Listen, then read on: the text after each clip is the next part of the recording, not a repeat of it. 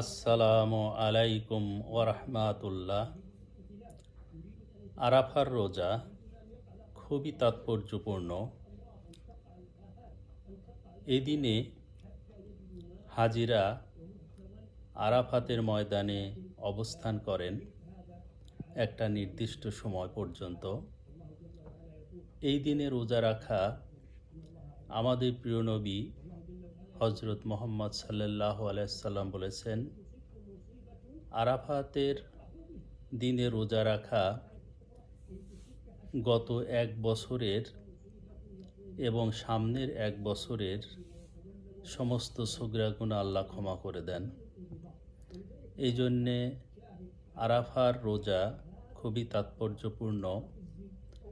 এটা জিলহজ মাসের 9 তারিখে রাখতে হয়, অর্থাৎ যেদিনে হাজিরা আরাফাতের ময়দানে অবস্থান করে ঠিক সেই দিনে।